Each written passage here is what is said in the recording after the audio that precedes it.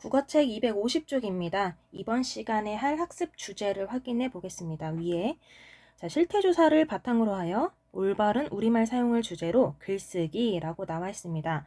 지난 시간에 실태조사했던 거 기억하고 있죠? 우리말 사용 실태라는 큰 주제 아래서 여러분들이 각자가 다양한 주제에 대해서 실태조사를 했을 텐데요. 그것을 가지고 오늘 글쓰기를 할 겁니다. 그 전에 먼저 250쪽에 1번 올바른 우리말 사용을 주제로 다음 글이 나오는데요. 이 글을 읽고 물음에 답해 본 다음에 여러분들이 글쓰기를 하게 될 거고요. 이 글을 읽으면서 이따가 내가 이런 식으로 글을 써야겠구나 라고 참고를 하면 되겠습니다. 자, 그러면 글을 같이 확인해 볼게요. 먼저 읽으려고 시작해 보니까 제목 부분이 이렇게 빈칸으로 남겨져 있네요. 이따가 제목을 여러분들이 붙여봐야 될 것 같죠? 자, 글이 나올 거고요. 글을 읽기 전에 옆에 문제, 어떤 물음에 우리가 답해야 되는지 확인을 먼저 하겠습니다. 1, 2, 3, 4번이요. 먼저 1번. 이 글은 어떤 실태조사를 바탕으로 해서 썼나요? 어떤 실태조사인지. 2번. 글쓴이는 왜 이 글을 썼을까요? 3번. 글쓴이의 생각을 뒷받침하는 근거를 찾아야 되네요. 근거는 무엇인가요? 4번. 마지막으로 좀 전에 말했듯이 빈칸에 들어갈 알맞은 제목, 역시 제목을 우리가 적절하게 붙여봐야 됩니다. 자, 그러면 우리가 함께 읽어보면서 답이 나오는 부분을 찾을 거니까요. 여러분들은 선생님과 함께 눈으로 읽으면서 연필이나 볼펜을 들고 표시할 준비를 하도록 하세요. 자, 준비가 됐다면 읽어보겠습니다. 요즘 우리 반 친구들이 대화할 때 짜증난다는 말이나 비속어, 욕설 따위를 사용합니다. 그런 말을 들으면 기분이 나빠지고 화가 나서 다툼도 일어납니다. 우리 반에는 공놀이 할 때마다 실수해서 같은 편이 되기를 꺼려하는 친구가 있습니다. 대부분 그 친구와 같은 편이 되면 짜증나 라는 말이나 비속어, 욕설을 합니다. 그러던 어느 날 그 친구가 안쓰러워서 괜찮아, 넌 잘할 수 있어 라고 말했습니다. 그랬더니 신기하게도 그 친구가 승점을 냈습니다. 이 일이 있은 뒤에 우리 반 친구들을 대상으로 조사해보니 긍정하는 말이 부정하는 말보다 듣기가 좋다는 결과가 나왔습니다. 네, 바로 여기에 실태조사 했다는 말이 나오죠. 이 일이 있은 뒤에 우리 반 친구들을 대상으로 조사해보니 긍정하는 말이 부정하는 말보다 듣기가 좋다는 결과가 나왔다는 이 실태조사. 이따가 1번의 답이 되겠네요. 그죠? 일단 이어서 읽어볼게요. 긍정하는 말을 하면 말하는 사람은 물론 듣는 사람도 마음이 편안해집니다. 예를 들면 안 돼 보다는 할 수 있어, 짜증나 보다는 괜찮아, 이상해 보여 보다는 멋있어 보여, 힘들어 보다는 힘내자와 같이 부정하는 말을 긍정하는 말로 고쳐 사용하면 말하는 사람과 듣는 사람 모두 기분도 좋아지고 자신감도 생긴다는 것입니다. 지금 이렇게 읽어보니까 뒷받침하는 근거가 나왔네요. 자, 긍정하는 말을 하면 말하는 사람은 물론 듣는 사람도 마음이 편안해집니다 라고 하면서 이것은 예를 들어서 이렇게 설명을 해준 거예요. 자, 이어서 또 비속어나 욕설 같은 거친 말보다는 고운 우리말 사용이 자신과 상대의 마음을 아름답게 해준다는 결과도 있습니다. 이것도 또 근거가 되겠네요. 글쓴이의 주장하는 내용에 대한 근거, 생각에 대한 근거 두 번째 나왔습니다. 상대의 실수에는 너그러운 말을 하고 내 잘못에는 미안하다는 말을 하며 상대의 배려에는 고마운 말을 하는 것입니다.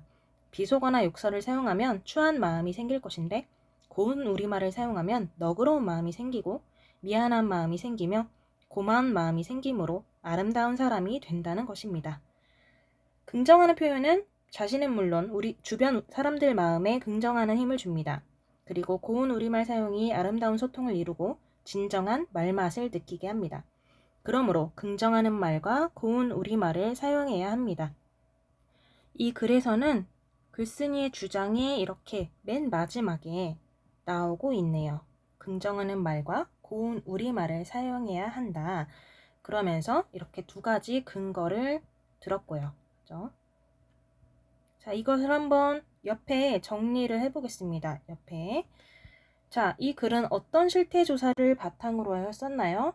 옆에서 맨 처음 표시한 부분 있죠? 우리 반 친구들을 대상으로 조사를 해보니 긍정하는 말이 부정하는 말보다 듣기가 좋다는 조사 결과를 가지고 한 것이죠. 긍정하는 말이 부정하는 말보다 듣기가 좋다는 실태조사 결과. 이 부분이니까 여러분들 그대로 쓰면 됩니다.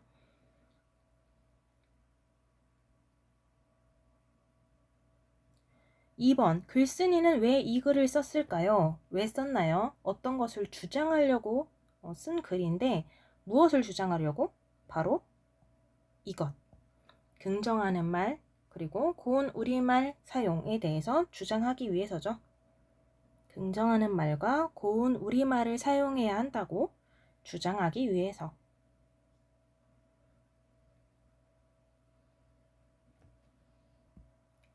선생님은 표시와 말만 하고 있고 여러분들은 답을 써야 됩니다.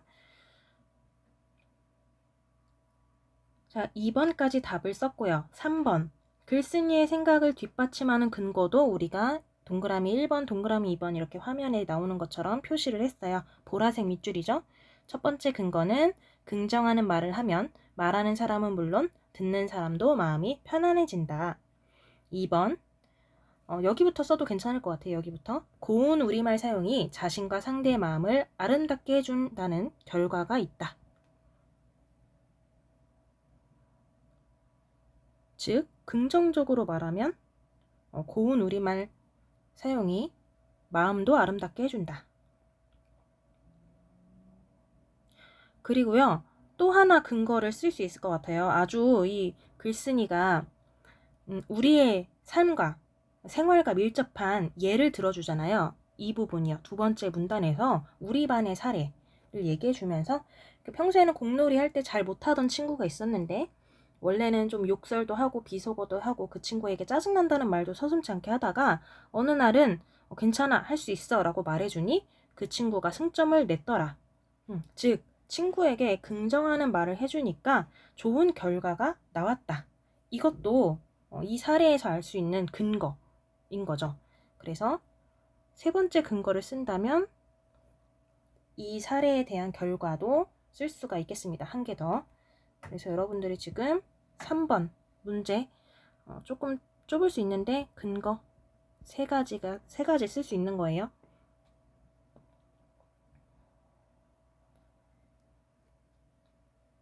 자, 마지막 4번. 그렇다면 제목은 어떻게 붙이는 것이 좋을까요? 제목.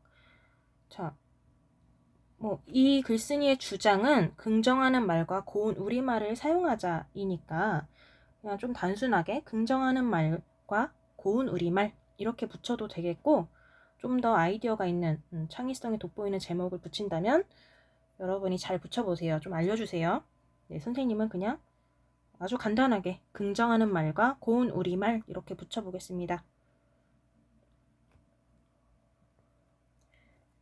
자, 그러면 251쪽의 2번을 볼게요. 여러분들이 지난 시간 조사한 우리말 사용 실태를 떠올려 보고 본격적으로 글을 쓰기 전에 어떻게 해야 될지 한번 질문을 만들어 묻고 답해 봅시다 라는 활동이 나오네요.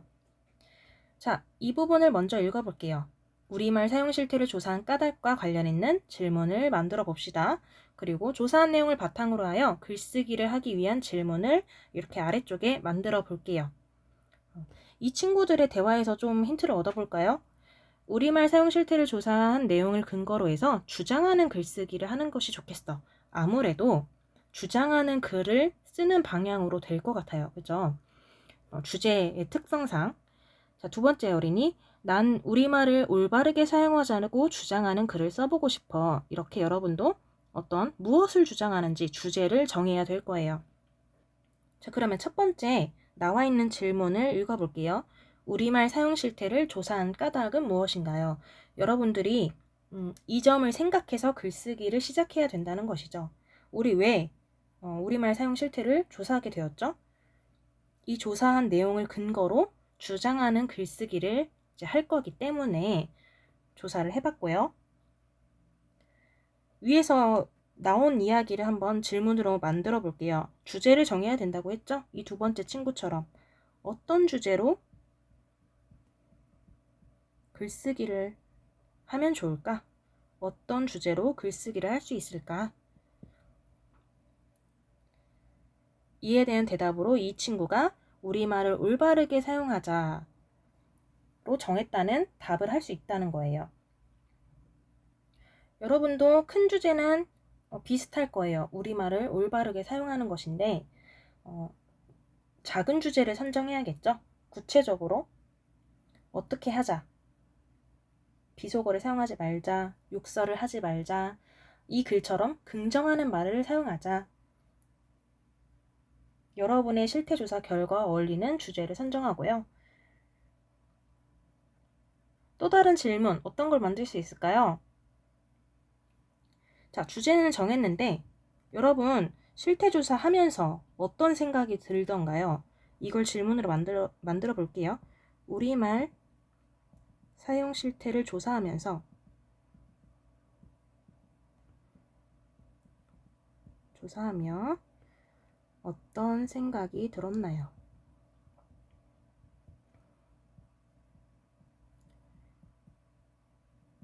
그래서 아마도 이 질문에 대한 대답이 여러분들의 주장이 될 수 있을 것 같아요. 왜냐면, 어떻게 해야겠다는 생각이 들었다.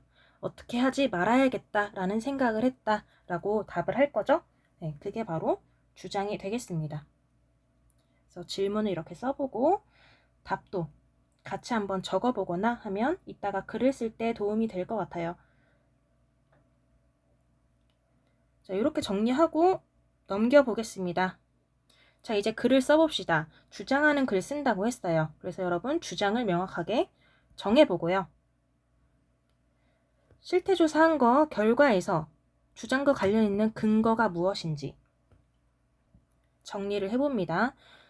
주장과 근거는 반드시 관련이 있어야 돼요. 그죠?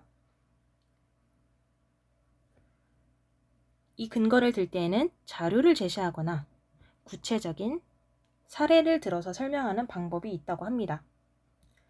그래서 아까 250쪽에 나온 글에서도 어떻다는 연구 결과가 있다라고 자료를 제시하기도 했고요. 그리고 글쓴이의 반의 사례도 들었잖아요. 그죠? 그 친구에게 긍정적인 말을 해줬더니 승점을 냈다라는 사례. 자, 이와 같은 방법으로 근거를 작성해 봅니다. 자, 그러고 나면 이렇게 개요를 짠다고 하죠. 자, 이거를 잘 정리하면 글도 잘 쓸 수가 있어요. 우리가 주장하는 글 썼던 단원도 좀 기억을 떠올려 보면 서론에 보통 문제 상황과 주장이 나오고요. 우리가 오늘 봤던 글은 조금 달랐지만 보통 문제 상황과 주장 나오고 본론에서는 근거가 나오죠. 그리고 결론에서 마지막으로 정리, 요약해주면서 다시 한번 주장을 강조해주는 내용. 이렇게 개요를 짜주면 이것을 가지고 여기에다가 조금 더 살을 붙여서 글로 완성을 하면 됩니다. 제목은 마지막에 붙여줘도 되니까 제목에서 너무 시간을 오래 끌지 않도록 하세요.